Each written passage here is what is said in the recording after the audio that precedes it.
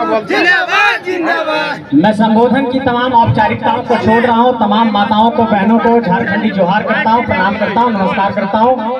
केंद्रीय अध्यक्ष को झारखंडी जोहार करता हूं और तमाम संगठन के साथियों को झारखंडी जोहार करता हूं। मेरे साथियों, मैं आप सबको ये बताना चाहता हूं कि ये जेबी केसेस जो ऑर्गेनाइजेशन है, जो जेबी केसेस संगठन है, संजय जी मेरा ये संगठन आज की तारीख में भारतीय राजनीति में सबसे बड़ा शोध का विषय बना हुआ है, रिसर्च का विषय बना हुआ है कि बिना पैसे के, बिना पूंजी के ये जनसैलाब कहां से आता है। ये जनसैलाब गांव-गांव से निकल के आता है, झारखंड को बचाने के लिए आता है।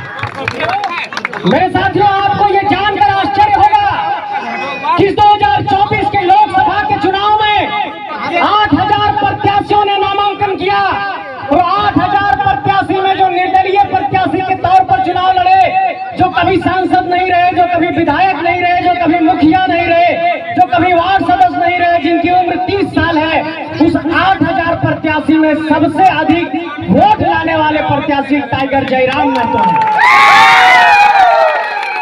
मैं उस श्रेणी की बात कर रहा हूं जो कभी सांसद नहीं रहा, कभी विधायक नहीं रहा।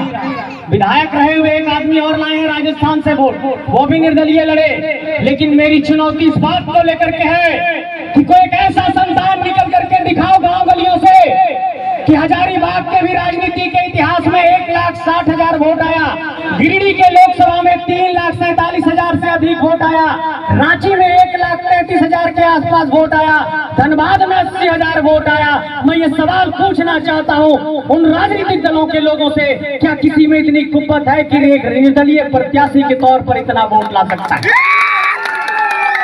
मैं ये कहना चाहता हूं, आप सबसे ये एक बदलाव की आवाज है और लोग ये पूछते हैं कि तुम लोग इतना भीड़ जुटाते हो, समाधान का रास्ता क्या है? मैं आपको ये बताना चाहता हूं कि जो विचारधारा जो झारखंड में जेबी केसेस ने दिया है, उसमें समाधान का भी रास्ता है। आप जब जयराम महतो जी के स्पीच को सुनते होंगे तो उसमें 4 बात आप प्रमुख तौर पर सुनाई पड़ता होगा। वो पहली बात करते हैं जमीन की बात कि हमारी जमीन को लिया, उद्योग लगाया, हमारे लोग विस्थापित हुए, पुनर्वास नहीं मिला। दूसरी बात वो कहते हैं नियोजन की बात, झारखंडियों को यहाँ की कंपनियों में नियोजन नहीं मिला।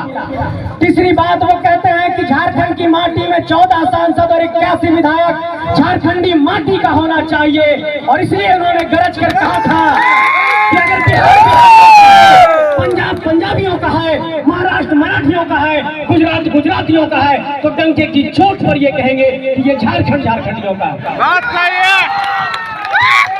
इसलिए हम लोगों ने ये प्रण लिया है कि लोकसभा चुनाव में जो प्रदर्शन बेहतर तौर पर हम लोगों ने झारखंड की धरती में दिखाया, आने वाले वक्त में झारखंड के विधानसभा चुनाव में एक बेहतर चुनौती पेश करते हुए हम लोग समाधान का रास्ता देंगे। संक्षेप में आप लोगों को मुद्दों की बात समझा देता हूं, कोई ये ना समझे कि आप लोग अपने स्पीच में बाहरी भीतरी की बात करते हैं, मुद्दे की बात नहीं करते हैं। पहला हमारा मुद्दा है कि झारखंड की स्थानीय नीति खतियान के आधार पर परिभाषित हो और वो खतियान सिर्फ 1932 का नहीं, अंतिम सर्वे तक भी इसको आधार बनाया जाए। लेकिन कमोबेश झारखंड में स्थानीयता का आधार खतियान होना चाहिए। कोई बिहार से आकर के 1 कट्ठा जमीन खरीद लेगा और कहेगा झारखंडी है, ये बात स्वीकार नहीं कर सकते।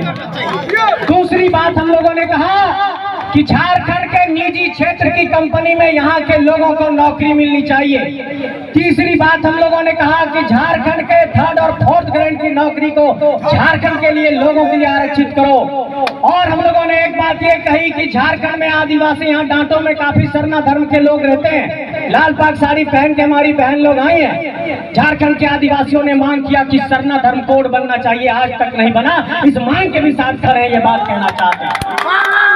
झारखंड में ST, SC, OBC और EWS को मिलाकर के 77% का रिजर्वेशन होना चाहिए, ये भी नहीं मिला। बिहार में 75% का रिजर्वेशन लागू हुआ। हम ये कहना चाहते हैं कि इन्हीं मुद्दों के साथ हम लोग इस लड़ाई को लड़ रहे हैं। आप लोग सुनने आए हैं हमारे जयराम महतो जी को, आप लोग उनको सुनिए और आज उनके विचारों को अपने जेहन में बिठा करके घर जाइए। और ये सभा तभी सफल मानी जाएगी जब आने वाले वक्त में इस इलाके में भी कभी एक ऐसी सभा करे जहां पर 1,00,000 2 लाख लोग जुटे और पूरा झारखंड देखे। बिहार की सीमा से चतरा के बगल में सटा हुआ कटकमसांडी भी इतना जनसैलाब निकाल सकता है। ये संदेश आप लोग दीजिए। आप सबों का साथ चाहिए, आप लोगों का समर्पण चाहिए। और अंत में निंदा करना चाहता हूं कि जो परसों लाठी चार्ज हुई हमारे साथियों पर, और आपने देखा कि कल पूरे झारखंड में पुतला दहन हुआ, तो संगठन का ताकत भी आपने देख लिया है। तो जो लाठी चार्ज हुआ है, उस लाठी से जो चिन्ह चमड़े पर पड़ी है, शरीर पर पड़ी है, उसका एक एक हिसाब 2024 में आप लोग अपनी उंगली पर नीली स्याही लगा कर दीजिएगा।